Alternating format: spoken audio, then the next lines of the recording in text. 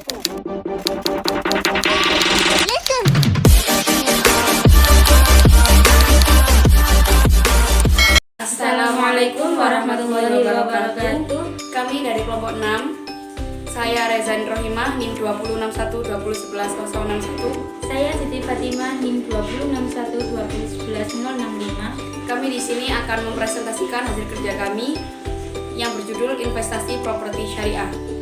Fokus dari investasi properti syariah yaitu skema kepemilikan rumah dengan akad-akad yang sesuai dengan syariat Islam.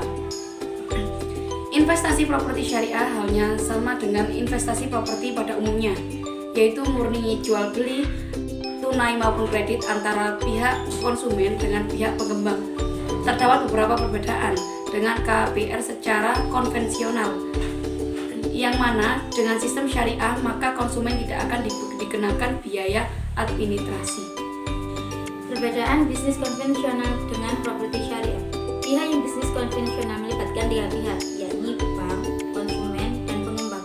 Sedangkan dalam bisnis properti syariah tidak menerapkan tiga pihak itu tadi. Skema pembiayaan. Di dalam bisnis investasi properti syariah tidak mengandung bunga. Yang ketiga yakni transaksi. Bisnis properti syariah sangat mengutamakan akad dan perjanjian pada transaksinya, yang terdiri dari murabahah, ijarah, muntaha, dan musyarakah. Yang keempat, administrasi. Dilihat dari segi administrasi, pengembangan properti syariah menawarkan kemudahan dalam proses jual beli. Biasanya konsumen tidak diharuskan melalui BI checking atau pemeriksaan riwayat pinjam oleh Bank Indonesia, seperti yang diberlakukan oleh pengembangan properti konvensional. Yang selanjutnya yakni kepemilikan. Jika pembeli tidak mampu memenuhi kewajiban dalam jangka waktu yang telah disepakati, properti dapat disita oleh pihak bank dan kemudian dilelang. Tapi dalam bisnis investasi syariah properti hal ini tidak dibenarkan. Yang selanjutnya yakni asuransi. Asuransi dalam investasi properti syariah tidak dibenarkan karena termasuk dalam risiko riba dan judi pengembangan. Yang terakhir yakni denda. Denda dalam investasi properti syariah tidak dibenarkan karena termasuk dalam riba. Tantangan berinvestasi properti syariah. Yang pertama, harus menyiapkan uang angsuran dan rumah inden. Jika rumah yang dibeli adalah inden, maka Anda harus menyiapkan uang angsuran apabila ingin membeli. Hal ini dilakukan untuk memastikan bahwa pembangunan berjalan lancar. Yang kedua, lama pembangunan tergantung pada angsuran. Dengan rumah inden, maka cepat tidaknya rumah tersebut dibangun tergantung pada beberapa besar uang angsuran yang akan dibayar. Selanjutnya adalah keuntungan berinvestasi syariah. Yang pertama, harga terus naik. Salah satu alasan kuat orang Indonesia suka berinvestasi dalam berbentuk properti adalah harganya cenderung selalu naik. Yang selanjutnya adalah dua sumber pendapatan. Keuntungan penjualan bisa disebut dengan capital gain, didapat dari selisih harga beli dan harga jual saat investor menjual kembali propertinya tersebut. Selanjutnya adalah tidak terlibat dosa riba. Mengingat investasi di properti konvensional yang pastinya terkait dengan hubungan dengan riba hasil dari transaksi dari pihak bank. Investasi properti syariah juga dinilai lebih pasti karena tidak terkait dengan nilai suku bunga dan gejolak perekonomian yang terjadi. Bagi seorang muslim, tentunya jika ingin berinvestasi tidak hanya berpikir keuntungan dunia, tetapi juga bagaimana mendapatkan keuntungan akhiratnya juga. Yang selanjutnya adalah rendah resiko. Investasi ini memiliki resiko lebih rendah dibandingkan dengan investasi dalam bentuk saham. Hal ini disebabkan karena penggerakan dari nilai properti tidak secepat dengan kenaikan saham. Model seperti ini sangat cocok bagi investor yang tidak ingin mendapatkan resiko yang terlalu tinggi. Yang selanjutnya memiliki nilai tambahan.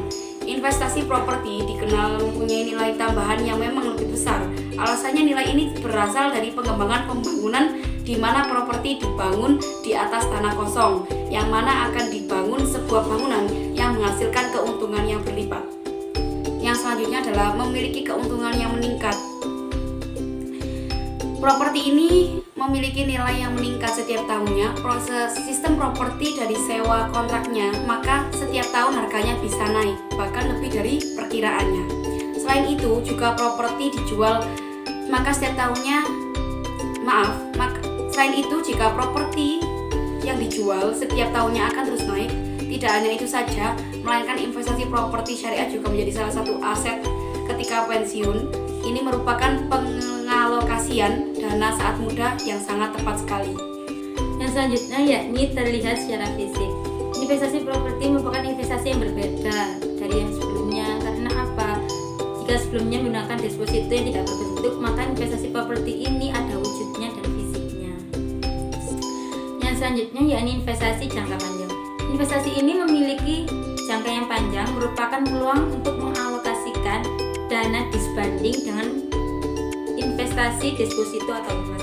Selain sifat properti juga yang mampu bertahan lama sekali dan tidak akan mengurangi harganya.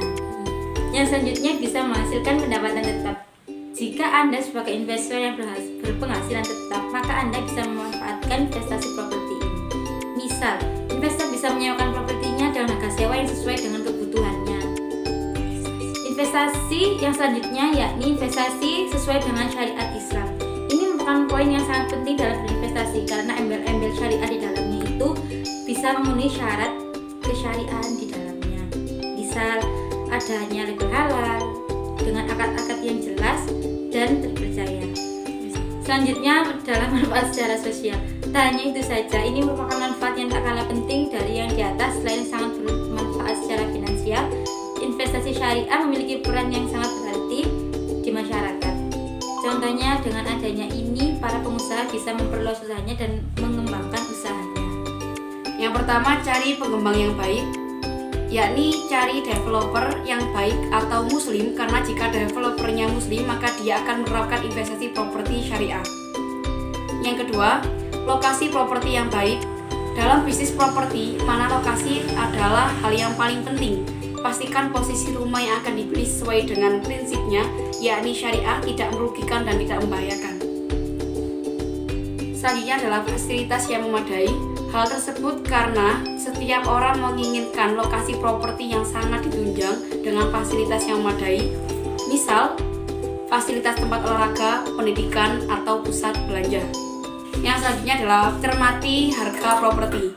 Jika fasilitas Anda memadai dan bagus, maka Anda bisa menawarkan dengan harga yang lumayan tinggi, bukan?